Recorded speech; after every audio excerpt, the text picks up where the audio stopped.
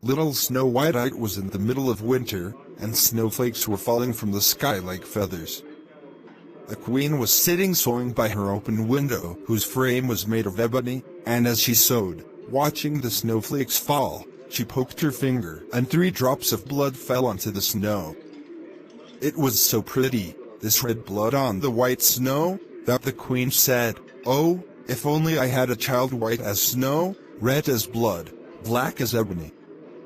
And shortly thereafter, she had a little girl whose skin was as white as snow, whose cheeks and lips were as red as blood, and whose hair was as black as ebony, so she was called Snow White, which means Little Snow White. But when the child was born, the queen died. The stepmother was very beautiful, but proud and imperious, and she could not bear the thought that another woman was more beautiful than she. She had a wonderful mirror, and when she looked at herself in it, she used to say, "Little mirror on the wall, who is the fairest of them all?" And the mirror always replied, "Queen, you are beautiful and grand, you are the fairest of them all." And the queen was pleased, because she knew that her mirror always told the truth. But little Snow White was growing up and growing in beauty every day. When she was 7, she was as beautiful as the sun.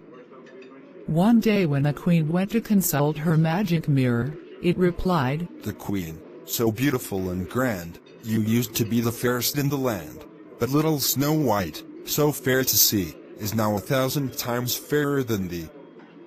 The queen was terrified and turned yellow and green with envy. From that moment on, every time she looked at Snow White, her blood boiled with hate, her jealousy and pride grew like weeds, and she never had peace, day or night. When she was exhausted, she sent for a hunter and said, "Take the child into the forest and kill her, and bring me proof of her death." The hunter obeyed.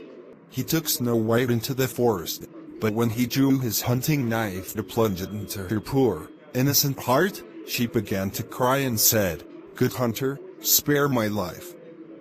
I will run away into the forest and never return."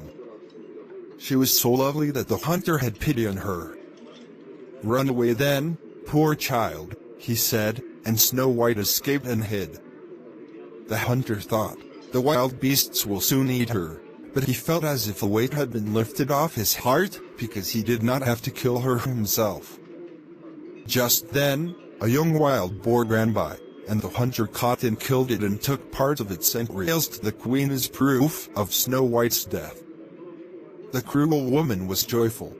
Meanwhile, the poor child had gone deeper and deeper into the forest, alone and scared of only seeing trees and leaves. She didn't know where to look for help. She ran on sharp stones and through the thorns, scaring the wild animals, who thankfully didn't hurt her. She continued to run as long as her legs could carry her, and night had already come when she suddenly arrived at a very small house in the middle of the forest. Snow White thought she could maybe go inside to rest, so she approached and looked inside through the slightly open door. Everything was very small in the little house, but everything was clean and tidy. In the middle of the room was a small table, and the table was set with a clean white tablecloth. There were 7 small plates, 7 small forks, 7 small knives, and 7 small cups. Against the wall were lined up 7 small beds with white bedspreads. The little girl pushed the door open and went in. Snow White was very hungry and thirsty, so she took a bit of bread and salad from each of the small plates, and she drank a drop or 2 of wine from each of the small cups, as she wouldn't want to leave one of the plates and one of the cups completely empty. Then, as she was very tired, she lay down on one of the beds and soon fell asleep. When night came, the masters of this strange little house returned home. They were 7 little dwarfs who spent their days digging the earth in the mountains to find ore.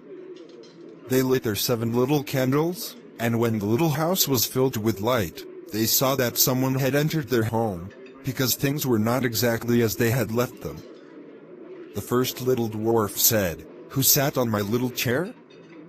The second said, "Who ate from my little plate?" The third said, "Who took a little piece of my bread?" And the fourth, "Who ate my little salad?" And the fifth, "Who used my little fork?" And the sixth, "Who cut with my little knife?" And the seventh, "Who drank from my little cup?" And they looked around, and the seventh dwarf looked at his bed, and he saw Snow White, who was lying and sleeping. Then he quickly called the others, and they all crowded around the bed, lifting their small candles, and looked at Snow White for a long time. "Ah," they said, "the pretty child." And they were so happy that they did not want to wake her up, but left her to sleep without disturbing her. In the morning, Snow White woke up, and when she saw the 7 little dwarfs, she was very frightened. But they kindly said to her, "What is your name?" "Snow White," she replied. "And how did you come to our house, Snow White?" Then she told them about how her cruel stepmother wanted to kill her, but the hunter had saved her life, and she had run all day until she found their little house. And the little dwarfs told her, "If you want to take care of our household and keep everything clean and tidy in our little house, you can stay here and we will take good care of you. Is it agreed?"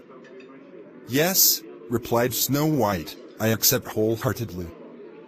And so she became their little housekeeper, and she made sure everything was always clean and tidy. Every morning, the 7 little dwarfs went to search for ore and gold in the mountains, and Snow White prepared their evening meal. But all day long, Snow White was alone, so the good little dwarfs put her on guard. "Be very careful," they told her, "and watch out for your stepmother, because she will soon find out that you are here. Be very careful, therefore, not to let anyone in." The cruel queen had believed the hunter when he told her he had killed Snow White, so she thought she was the most beautiful person in the world. But to make sure, she went to her mirror. "Small mirror on the wall, who is the fairest of them all?" she asked him. "Queen, you are beautiful to see, but beyond the hills, at the 7 old dwarfs' home, lives Snow White, 1,000 times fairer." The queen trembled, as she understood the hunter had tricked her. She sat to reflect, seeking a way to destroy Snow White. For as long as she wouldn't be the fairest on earth, her jealousy would not let her rest. In the end, she came up with a cruel plan. She painted her face and disguised herself as an old traveling saleswoman. Then she took a basket on her arm, and went, beyond the 7 mountains, to the land where the 7 dwarfs lived. She arrived at the small house and knocked on the door, shouting, "Pretty things for sale. Who wants to buy my pretty things?" And Snow White held the door closed because the dwarves had advised her not to let anyone in, but she looked out the window and said, "Hello, ma'am, what do you have to sell?" "Pretty things, very pretty things, laces and ribbons of all colors," and she held out a narrow silk ribbon of a brilliant color. "I can let this good woman in," Snow White said to herself, and she removed the bar from the door, let the old woman in, and bought the pretty ribbon.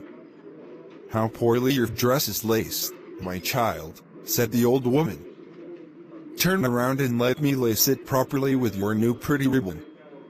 Snow White was not suspicious, so she obeyed and came to stand in front of the old woman so that she could lace her dress from behind.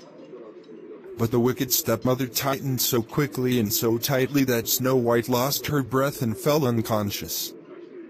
Then the old woman straightened up, saying, "Now you are the most beautiful of all," and she picked up her basket and fled in a hurry.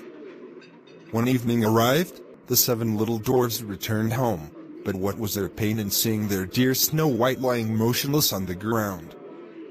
They picked her up and realized that she had a new ribbon on her dress and that it was horribly tight. They cut it in two, and soon Snow White began to breathe, and gradually she came back to life. When the little dwarves learned what had happened, they said, "That old woman was your wicked stepmother. Now, be careful, and do not let anyone in when we are not here." When the wicked queen returned home, she went straight to her mirror and asked, "Little mirror on the wall, who is the most beautiful of all?" And the mirror responded exactly as before, "Queen, you are beautiful to see, but beyond the hills, at the home of the 7 old dwarfs, lives Snow White, 1,000 times more beautiful."